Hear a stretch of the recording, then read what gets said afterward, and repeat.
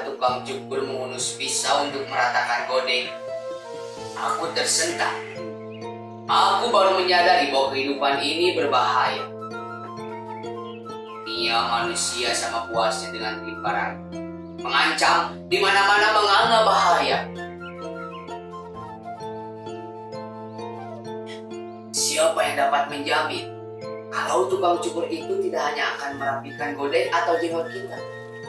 Bagaimana kalau ia menorehkan pisau itu ke leherku?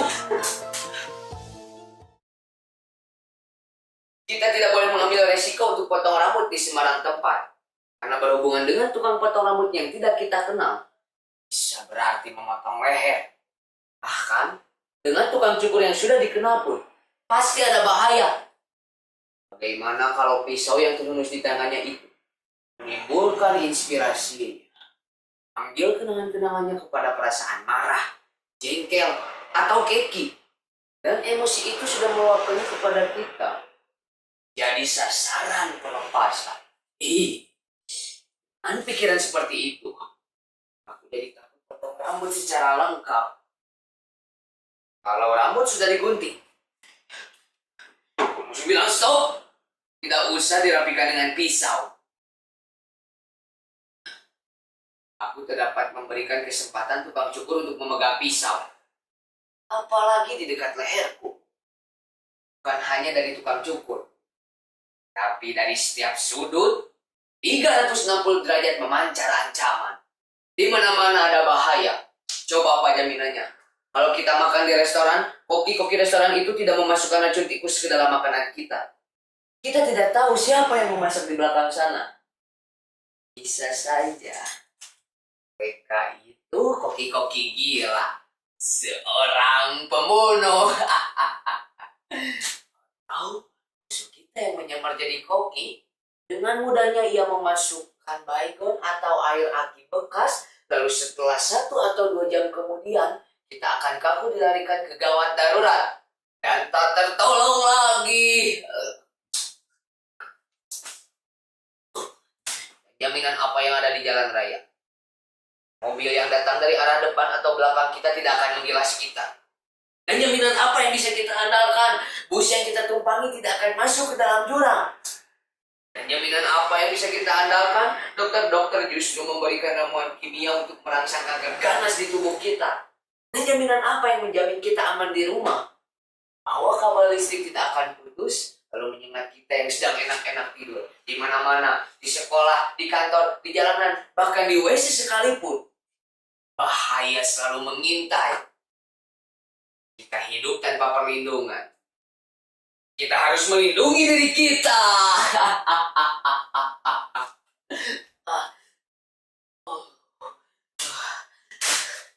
Aku mulai sakit karena pikiran-pikiran itu. Aku begitu cemas. Aku sudah memvonis manusia adalah pembunuh, kehidupan adalah ranjau, dan dunia adalah gelanggang pembantaian.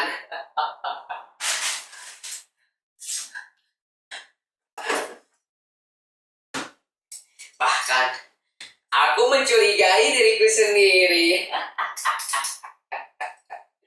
Karena siapa dapat menjamin bahwa aku dapat dipercaya? Karena aku terdiri dari otak, rasa serta emosi.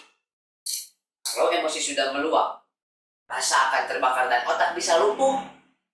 Maka dalam keadaan begitu, aku bukan lagi manusia, tapi binatang, robot calon pembunuh.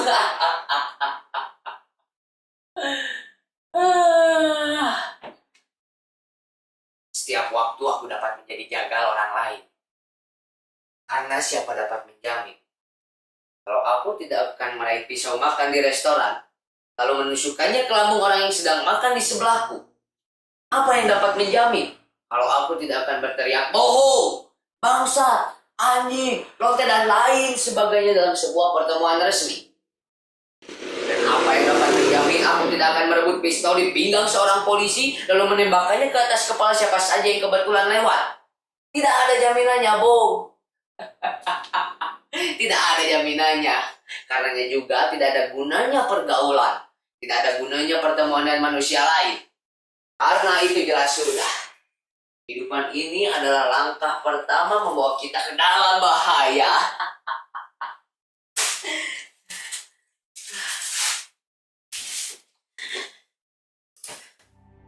Aku putus asa.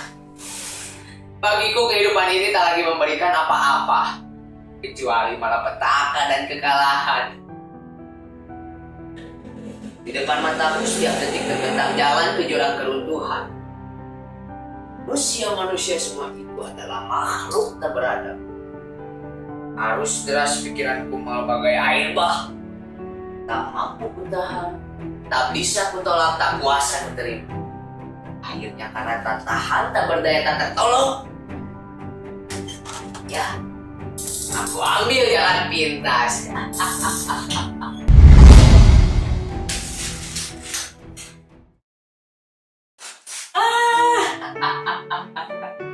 Aku tak dapat memikirkan jalan yang lebih baik dari ini. Bagaimana mengurangi bahaya yang mengepung di sekitarku? Bagaimana menghentikan bahaya yang mungkin berasal dari sel-selku sendiri?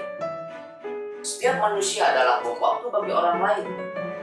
Cara satu-satunya untuk menyelamatkan diri dan menyelamatkan orang lain adalah pengorbanan. Namun, yang dapat menobrak bahaya macam manapun hanyalah Tuhan, kecuali oleh sentuhan tangannya. Kalau tidak ada yang mau mengerti atau tidak mengerti, terserah. Aku dianggap sesat karena kemasukan setan. Pasrah. Aku dikubur sebagai orang gila karena pikiran-pikiran busuk berbahaya pada kehidupan. Biarin. Kepergianku justru disyukuri. Boleh. Tidak seorang pun yang bersedih. Tidak seorang pun yang kehilangan. Tidak seorang pun yang menerima. Semua mengenangku sebagai musuh. Aku, surat wasiatku, segala sepak terjangku, segala lumut pikiranku adalah virus ganas.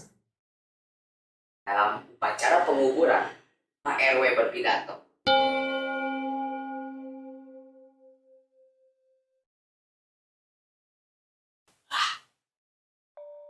Susah, pikiran sesat. Tuhan, jauhkan manusia dari kebejatan.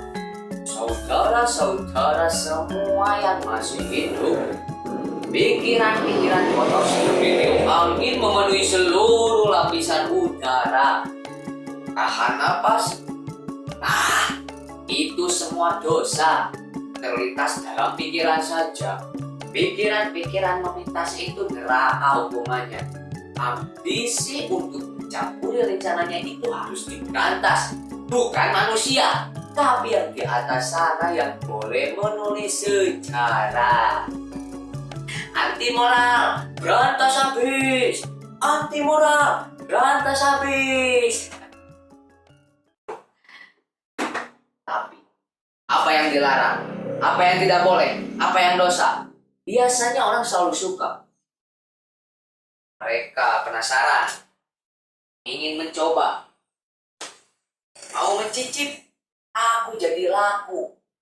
Melarang adalah bumerang, semua jungkir balik. Akhir adalah awal, membungkam jadi mengobarkan. Akibat dicekal, pikiranku mengamuk. Gagah berani, seksi, indah, dan bermagnet. Hatianku mempesona dan agresif.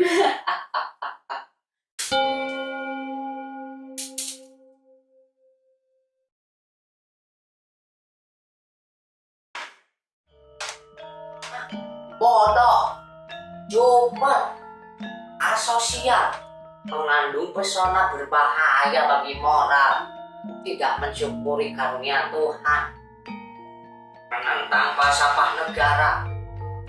Teroris itu bukan pahlawan, tapi sakit jiwa. Jangan biarkan ia jadi berhala. Hidup tambah berbahaya kalau ngebom semua bahaya. Teror itulah bahaya yang sebenarnya, bukan ancaman bahaya itu sendiri seperti yang sudah difitnahkan. Mas Gan, Pak Ayo, Profesor Kan, Profesor Dr. Ali, Profesor Bos, Profesor Dr. Immanuel Den Bagus, Profesor Kwak, Arab, bahkan tak kurang dari mantan Menteri Kebudayaan, Pak Fad dan Presiden Shah memberikan suaranya. Awas, bunuh kejahatan pikiran itu. Racunnya terus menjalar. Dia mengacaukan antara yang ada dan tidak ada. Ikis tuntas tidak ada kata ampun. Bukan karena pikiran itu besar, tapi justru begitu sederhana. Mudah, naif menjanjikan penyelesaian tunggal yang keji terhadap satu kenyataan dunia yang kompleks. Bagaimana mungkin kehidupan yang sudah nyelimet karena usianya berabad-abad ini bisa diselesaikan dengan satu kalimat tanpa mengundang kebencian, permusuhan, peperangan, bahkan pembunuhan-pembunuhan, ancaman-ancaman yang lahir dari berbagai kepentingan, panutan dari kelompok etnik bukan hanya di dalam negeri, tetapi juga di seluruh dunia. Pluralisme itu bukan bahaya. Bahaya itu bukan ancaman. Tapi ketakutan pada bahaya itu sendiri yang tidak terkendali akan menimbulkan kepuasan. Itu baru bahaya. Itu yang harus dibasmi. Kalau puting beliung bertiup sebaliknya, propaganda kebencian menyerang di segala jurusan. Aku dikejar-kejar. Dalam pengejaran aku tambah hidup. Dimaki-maki berarti aku dikenang, disatroni, dihujat, disembeli, dipreteli, ditumbuk menjadi serpihan-serpihan jadi debu. Aku malahan merajalela. Sempat dihabisi sebagai kambing hitam. Aku bangkit, lahir, tumbuh dan tambah perkasa. Aku dijadikan tontonan, dijadikan pelajaran, dijadikan pelatihan bagaimana membunuh bahaya gila.